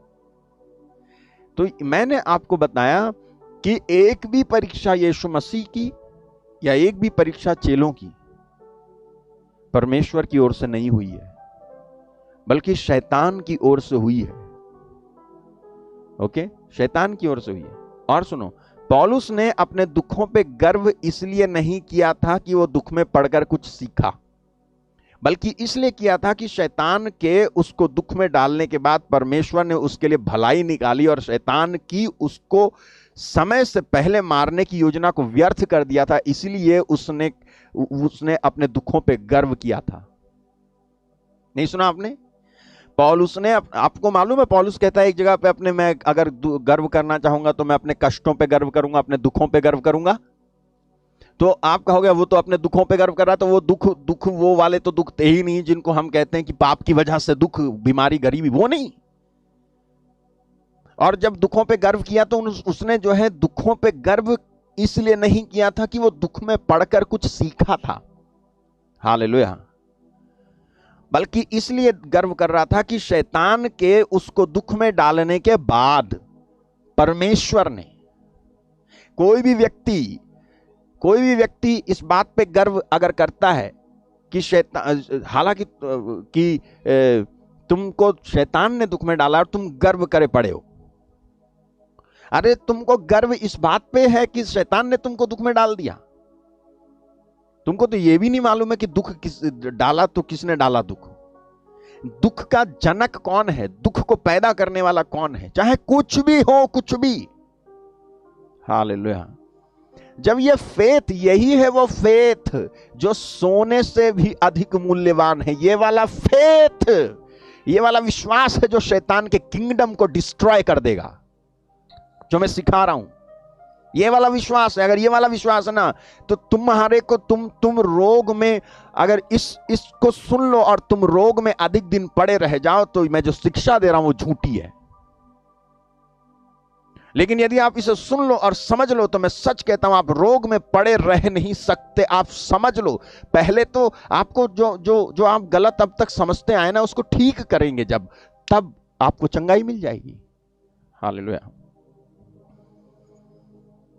ये देखो, वो कहता है ना, हम यही नहीं, हम कलेशों में भी घमंड करें, जानकर कि कलेश से धीरज, और धीरज से खरा निकलना, और खरे निकलने से आशा उत्पन्न होती है, और आशा को जोड़ देते हैं कहां जाकर के? पवित्र आत्मा से। हालेलुया। या आप बताओ मुझे कि वो दुख तकलीफ को दुख तकलीफ से ही जोड़ के एंड कर दे रहा है। वो कह रहा है दुख तकलीफ से सीधे आ रहा है किधर? पवित्र आत्मा के पास। क्यों? मैंने आपको बताया, वो जब गर्व कर रहा है ना, गर्व कि घमंड करें, दुख तकलीफ पे घमंड करें, तो दुख तकलीफ पे घमंड करने का मतलब ये नहीं कि तुमको अगर कैंसर हो गया तो गर्व करे पड़े मेरे को कैंसर है। तुम अगर गरीबी में जी रहे हो तो ये गर्व करे फिर रहे हो कि हां मैं गरीबी में जी रहा हूं, कोई बात नहीं, प्रभु के चेले भी गरीब थे, मैं भी गरीब हूं। You are mistaken. हालेलुया। अगर तुम्हें गरीबी दिखाई देते हैं बाइबल में, तो दाऊद तो तुमको दिखता ही नहीं होगा, फिर तो इब्राहिम भी नहीं दिखता होगा, फिर तो सुलेमान भी नहीं दिखता होगा, है? फिर तो प्रारंभिक कलीसिया भी नहीं दिखती होगी जिनमें कोई गरीब नहीं था। फिर तो यीशु मसीह, फिर तो जो पुराने विधान की प्रजा है वो भी नहीं दिखती होगी, जो सोना चांदी लेकर के मिस्र देश से निकली थी वो भी नहीं दिखेगा तुमको, अगर तुमको केवल बाइबल में गरीब दिखते हैं और अपनी उपमा गरीब से कर देते हो और कह देते हो कि अरे गरीब तो थे ना बाइबल में, तो मैं गरीब तो क्या हो गया? आप गरीब हो बाय चॉइस, आप दुखी हो बाय चॉइस। आपने चुन रखा है गरीब रहने के लिए तो रहो, आपने चुन रखा है दुखी रहने के लिए तो रहो, आपने चुन रखा है बेरोजगार रहने के लिए तो रहो। नहीं, जब कोई इतने साल हो गए मुझे विश्वास करते करते, जब कुछ नहीं हुआ तो हमने अपना मीनिंग बदल दिया। नहीं ब्रदर, मैं पहले समझता था कि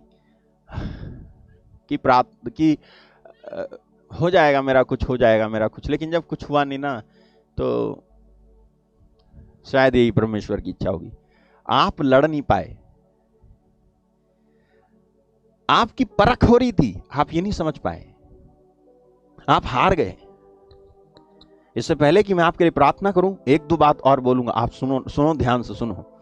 मैंने आपको बोला कि पौलुस जो था ना, पॉल दुखों पे जब गर्व कर रहा है ना, तो वो दुखों पे गर्व इसलिए नहीं कर रहा था कि दुख में पड़कर उसने कुछ सीखा था, बल्कि इसलिए कर रहा था कि शैतान के उसको दुख में डालने के बाद परमेश्वर ने उसकी भलाई निकाली। परमेश्वर ने पौलुस की भलाई निकाली। डाला किसने था दुख में? शैतान ने, परमेश्वर ने नहीं। परमेश्वर ने नहीं, शैतान ने उसको दुख में डाला था। अगर उसको कोड़े पड़े, अगर उसको मार खानी पड़ी, वो भी ना शैतान के ही एजेंट थे जिन्होंने ऐसा किया, परमेश्वर के एजेंट नहीं थे। परमेश्वर ने एक भी व्यक्ति को हुक्म और आदेश और परमिशन नहीं दी कि पौलुस को थप्पड़ मारे। हालेलुया। नहीं। अगर मैं आपको एक और बात बताऊं तो आपको सारा जवाब मिल जाए। ये पौल खुद था जिसने चुनाव किया था कि वो दुख में जाएगा। नहीं, आप कहोगे नहीं भैया, जब पौलुस को चुना था परमेश्वर ने, तो परमेश्वर ने कहा नहीं था कि मैं वो अनानियास से कह रहे थे, प्रभु मैं इसको खुद बताऊंगा कि मेरे कारण इसको कितना दुख सहना पड़ेगा। हालेलुया। यीशु मसीह क्या कह रहे थे? आप सुनो तो कम से कम। यीशु मसीह ये थोड़ी ना कह रहे हैं कि मैं इसको दुख दूंगा। यीशु कह रहे हैं कि मैं इसको बताऊंगा कि इसको मेरे कारण दुख सहना पड़ेगा। आपको समझना होगा इस सेंटेंस को कि जब कोई यीशु मसीह में विश्वास करता है ना, तो नरक की सारी बदरूहें उसके खिलाफ जंग छेड़ देती हैं, और क्योंकि वो उनके लिए एक थ्रेट होता है। और इस चीज को यीशु मसीह कह रहे थे कि अब जब इसने विश्वास कर लिया तो अब देखना कि इसके खिलाफ कितनी ज्यादा परेशानी हो जाएगी इन बदरूहों को, और ये आकर के इसको कष्ट देंगी, इसको परेशान करने की कोशिश करेंगी। जैसे मेरी जिंदगी में जब मैं था इस धरती पे तूफान लाते थे ये बदरूहें। आपको मालूम है यीशु मसीह को कितनी बार पत्थरों से मारने की कोशिश की गई? आपको मालूम है यीशु मसीह को क्या क्या नहीं कहा गया? आपको मालूम है यीशु मसीह को कहा गया ये बेलजुबेल के नायक की सहायता से, शैतान की सहायता से अबदूतों को निकालता है। यीशु मसीह को कहा गया, यीशु मसीह ने अपने चेलों को दिलासा दिया और कहा कि देखो, अगर घर के स्वामी को इन्होंने बेलजुबेल बोला है तो उसके घर वालों को क्या ना कहेंगे। ये शैतान के एजेंट थे साहब, ये परमेश्वर के एजेंट नहीं थे। तो मैं क्यों मानूं कि परमेश्वर परीक्षा में डालता है? नहीं, परमेश्वर परीक्षा में नहीं डालता। और आप भी तो प्रार्थना करते हो परमेश्वर हमें परीक्षा में न डाल, तो मत करो ये प्रार्थना फिर परीक्षा में डालता है तो। अगर परमेश्वर परीक्षा में डालता है तो आप मत करो ना ये प्रार्थना। इसका मतलब परमेश्वर परीक्षा में नहीं डालता है। आप कहोगे भैया आप कहना क्या चाह रहे हो? भैया मैं ये कहना चाह रहा हूं कि परमेश्वर किसी भी दुख और बीमारी और गरीबी और परेशानी, जिस परीक्षा में आप पड़े हो ना, तुम्हारा कैंसर, तुम्हारा बुखार, तुम्हारी खांसी, तुम्हारा कोरोना, तुम्हारा रोना, इसका कोई जिम्मेदार वो नहीं है। उल्टे जब आप प्रार्थना करोगे विश्वास के साथ, क्या भैया आपने ये बताया कि वो जिम्मेदार नहीं है? हाँ वो जिम्मेदार नहीं है, तो फिर ये कि तू प्रार्थना कर और तू ठीक हो जाएगा। हालेलुया। क्या आपको समझ में आ रहा है? हे प्रभु, मेरी प्रार्थना है मेरे इन भाई बहनों को समझ में आए और ये आजाद हो जाएं, छुटकारा मिले इनको यीशु के नाम में। आपको मालूम है शैतान के दुख में डालने के बाद, पौलुस को शैतान के दुख में डालने के बाद परमेश्वर ने पौलुस के लिए भलाई निकाली और शैतान की पौलुस को समय से पहले मारने की जो योजना थी ना, उसको व्यर्थ कर दिया था। पौलुस तब तक नहीं मरा जब तक परमेश्वर ने वो दिन नहीं लेके आया जिस दिन पौलुस की शहादत होती। तो मैं ये कहना चाह रहा हूं, सब में शैतान का दोष है। जब परमेश्वर को कोई भक्त या बच्चा या बेटा या बेटी किसी भी टेस्ट में पढ़ते हैं ना, वो परमेश्वर नहीं है जो टेस्ट में डालता है। ना ना ना ना ना। हालेलुया। वो शैतान के ही एजेंट होते हैं। परमेश्वर एक ऐसा एजेंट खड़ा करेगा, आप जरा लॉजिकली सोचो, परमेश्वर एक ऐसा एजेंट खड़ा करेगा अपना जो आपको थप्पड़ मारे और गाली दे। बताओ, आप सुना रहे वचन और कोई तुम्हें दे रहा है गाली, वो परमेश्वर का एजेंट है। How many of you are convinced, agree कि हाँ वो शैतान का नहीं, परमेश्वर का एजेंट। परमेश्वर का एजेंट तुमको गाली दे रहा है तो परमेश्वर का दूत हो गया वो तो। परमेश्वर ने नहीं डाली परीक्षा में, नहीं डाला परीक्षा में किसी को भी आज तक। ना तो वो किसी को प्रलोभन देता है और ना किसी को परीक्षा में डालता है। याद आया? याद आया? ना तो वो किसी को प्रलोभन देता है, ना परीक्षा में डालता है। जब कोई परीक्षा में पढ़ता है तो उसकी वो फ्री विल होती है और शैतान के साथ सहयोग करने का नतीजा होता है, बस। लेकिन यहां पौलुस की फ्री विल थी कि वो इस परीक्षा में पढ़े, इस प्रकार के दुख में जाए। लेकिन परमेश्वर ने हर बार पौलुस के लिए रास्ता निकाला। और सुनो, आपको मैं एक और बात बताता हूं। देखो ये वचन, जब किसी की परीक्षा हो तो वह ये ना कहे कि मेरी परीक्षा परमेश्वर की ओर से होती है। हालेलुया। कोई ये ना कहे कि मेरी परीक्षा परमेश्वर की ओर से होती है, क्योंकि ना तो बुरी बातों से परमेश्वर की परीक्षा हो सकती है और ना वह किसी की परीक्षा आप करता है। हालेलुया। साफ हो गई बात? परमेश्वर ने आज तक किसी को परीक्षा में नहीं डाला, ना अपने चेलों को, ना उसने पौलुस को, ना वो खुद। परमेश्वर ने अपने पुत्र को भी परीक्षा में नहीं डाला। हालेलुया। ना डाल कि आप प्रार्थना भी करते हो, पिता हमें परीक्षा में ना पढ़ने दे, बुराई से बचा।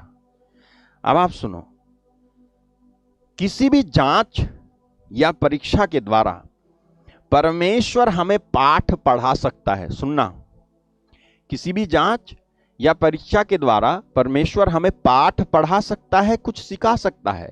लेकिन पाठ पढ़ाने और कुछ सिखाने के लिए जरूरी तौर पर या आवश्यक रूप से वो परीक्षा और जांच में नहीं भेजता। सुना आपने? नहीं सुना? किसी भी जांच या परीक्षा में परमेश्वर हमें पाठ पढ़ा सकता है, जिसमें मैं पढ़ गया हूं, जिस भी परीक्षा में मैं पढ़ गया हूं, परमेश्वर उस दशा का, उस स्थिति का इस्तेमाल करके आपको कुछ पाठ पढ़ा सकता है। मतलब आप किसी बात के लिए नेगेटिव हो सकते हो, लेकिन परमेश्वर आपको उस नेगेटिविटी से निकाल करके एक अच्छी बात उसी के द्वारा समझा सकता है। ओके? लेकिन आप कुछ पाठ पढ़ो और कुछ सीखो, इसको जरूरी तौर पर या आवश्यक रूप से आपके लिए परमेश्वर ने नहीं ठहराया कि जब तुम परीक्षा में पढ़ोगे तभी तुम कुछ सीखोगे। नहीं, परमेश्वर ने जरूरी तौर पे यह नहीं ठहराया है कि जब तुम परीक्षा में पढ़ोगे तभी कुछ सीखोगे। हालेलुया ना। अगर उससे कुछ सिखाना है तो तुम्हें बिना परीक्षा में डाले, बिना किसी मुसीबत में डाले ना सिखा सकता है। वो बताओ, आप अच्छे से कब सीखोगे? अगर मैं प्रार्थना करता हूं तो क्या मुझे प्रार्थना में प्रभु नहीं सिखा सकता? जो मैं परीक्षा में पढ़ने के बाद जब मैं गड्ढे में गिरूंगा तब मैं सीखूंगा, हैं? हालेलुया। मुझे बिना गड्ढे में डाले, मुझे बिना किसी समस्या में डाले वो मुझे सिखा सकता है। वो पाठ जो मैं शायद जो मैं अदरवाइज सीखूं, उसको वो मुझे डायरेक्टली सिखा सकता है। इतना कमजोर नहीं परमेश्वर कि आपको परीक्षा में डाले और उसके बाद कहे हाँ अब तू सीखेगा ना। ये मनुष्य जो करता है, परमेश्वर नहीं। हालेलुया। परमेश्वर नहीं। The only reason he gives permission to Satan, listen, केवल एक ही कारण है जिसकी वजह से परमेश्वर शैतान को परमिशन देता है। मैं बता रहा हूं आपको, परमिशन देता है, केवल एक कारण। वो क्या है? It is because he wants to exalt his servant and knows his servant's heart, and to bring down Satan, making him realize his defeat by his son Jesus and his followers. आपको समझ में आया?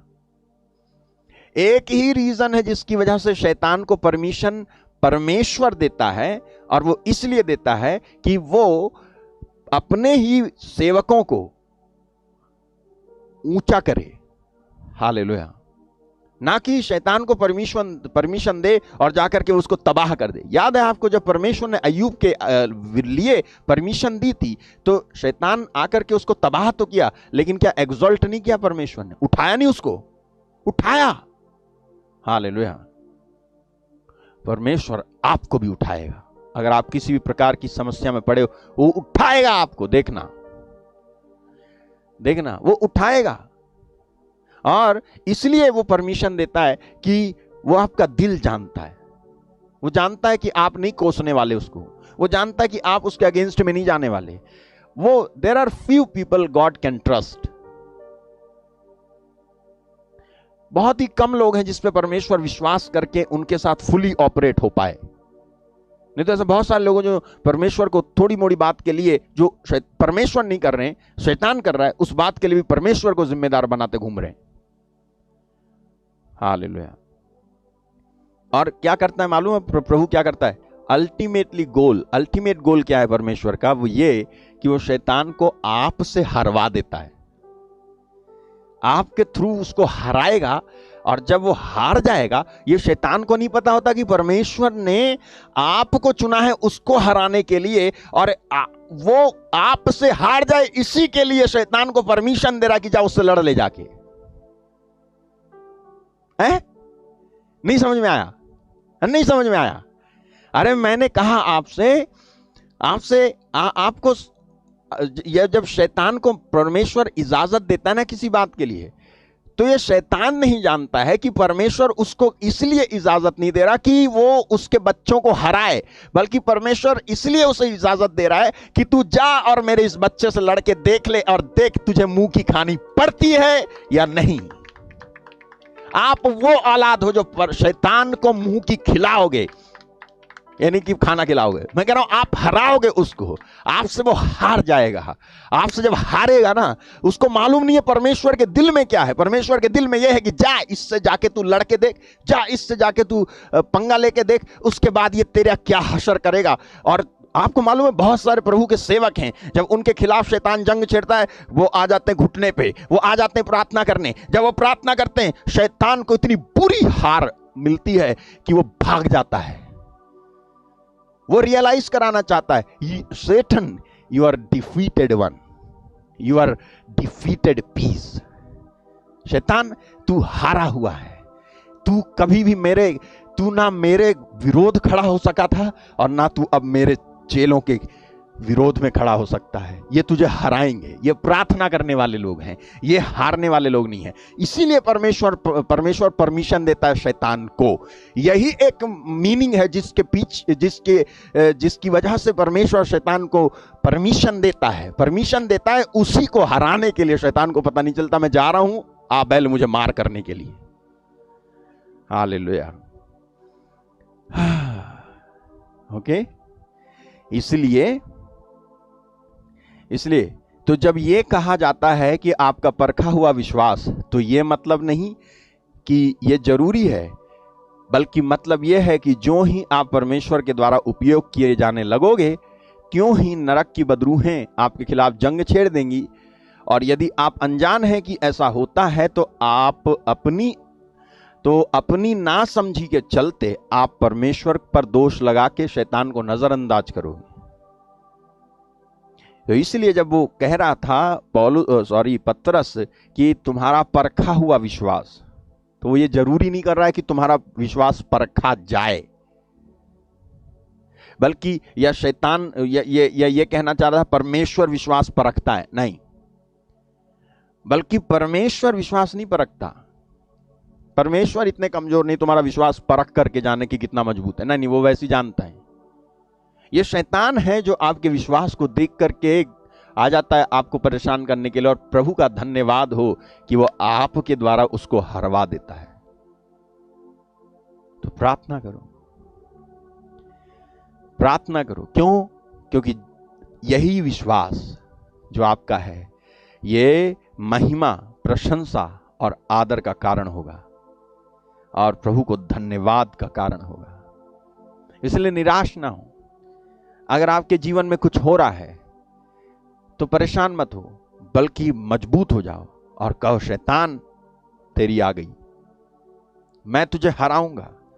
जितना ज्यादा आप इस तरह की बात से गुजरे हो, उतना ज्यादा और प्रार्थना करने आ जाओ, और ज्यादा वचन सुनने आ जाओ, और ज्यादा प्रभु के पास बैठ जाओ, और थोड़ा सा टाइम लगा दो, घड़ी मत देखा करो, थोड़ा सा नींद गंवा लो और कहो प्रभु मैं तैयार हूं, I am ready to defeat Satan. Hallelujah. हमारा युद्ध उससे है,